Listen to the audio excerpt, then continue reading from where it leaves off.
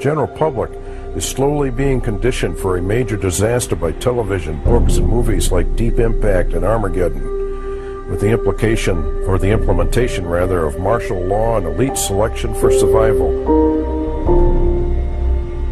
Well, since the comet was discovered, we've been hoping and working for the best, but we've also been planning for the worst. Our strategy has been twofold. First, our Strategic Missile Command is preparing to coordinate with the Russians a massive strike of Titan missiles to intercept the comets. If we can deflect these comets enough, they will bounce harmlessly off our atmosphere and head on out into space. Unfortunately, the Titans cannot be launched until the comets are only a few hours away. And while we are confident the missile attack will succeed, it is only prudent that we now take cautionary steps to ensure the continuation of our way of life, to guarantee that there will be enough of us left to rebuild a new world in the unlikely event that the comets do strike the Earth. So, in the soft limestone of Missouri, we've been preparing a network of immense caves, and they're almost finished. And we can put 1 million people in them.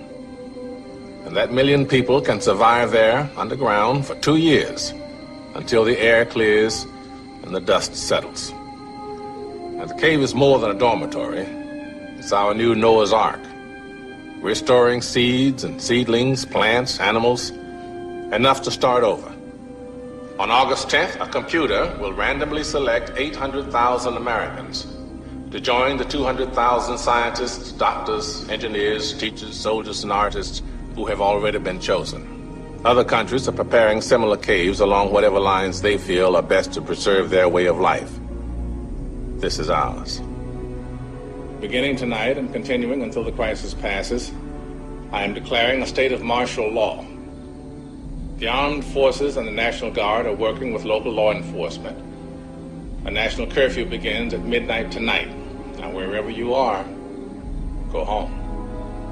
Stay off the roads after sunset. Crimes against persons or property will be dealt with swiftly and harshly. News stations around the nation are being faxed copies of the lottery procedure as we speak, and they'll be broadcasting the details to you in a few moments. Now have the details for the National Lottery. Those of you who have been pre-selected will be notified within the next few minutes.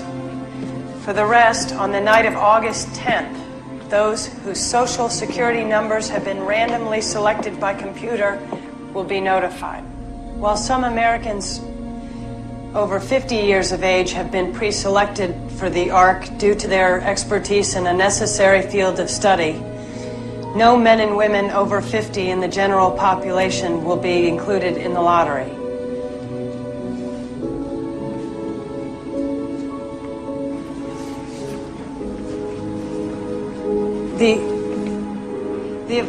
The evacuation of those who have been selected for the ARC will take no longer than 2 days beginning on August 12th. During this 2-day period, no unofficial travel will be permitted.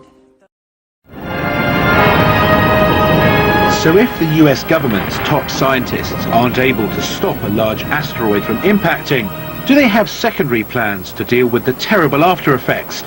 We went to FEMA, the Federal Emergency Management Agency in Washington, to find out if they had any future plans for the survival of the human race in the unlikely event of an asteroid impact. In the event of an asteroid that you knew was going to hit, FEMA would probably be one of the agencies in the leadership role, as would a lot of other agencies. I would imagine, from NOAA, the National Oceanic and Atmospheric Administration, to NASA. And I imagine it would be in consultation with many agencies, and I would imagine something that significant and that horrific, catastrophic, would probably be managed from the White House, I would think. And this agency would be one of the right hands of the leadership of the country in dealing with that disaster. In the United States, there are many underground facilities. Some of them are deeply buried and very high tech, and I might add, other countries have them as well. The Federal Emergency Management Agency is perhaps the best known. They do devote a sizable amount of resources to operating their underground installations all around the country. Mount Weather is one of the largest ones, built back in the 1950s. It's under a mountain not far from Washington, D.C. It can accommodate a large number of people, hundreds of people, a couple thousand or more when it's in button-up status. It's really quite elaborate. Mount Weather? Well, we have a training facility there. We have an area there where in a disaster, we have 3 parts of the country where people can call in if they've been impacted by a disaster, can call an 800 number, and they can actually register for disaster assistance. We call it a teleregistration center. And that we have one of those out in Mount Weather, and we have one on the in Maryland, and we have one in Denton, Texas as well. Is it public record, and therefore can you tell me how many people can be safely put into the underground bases that exist in the United States? No. Can you tell me why you can't tell me? No. But FEMA must know the figure of how many people it can store underground in the event of a nuclear attack. I don't know the answer to that question.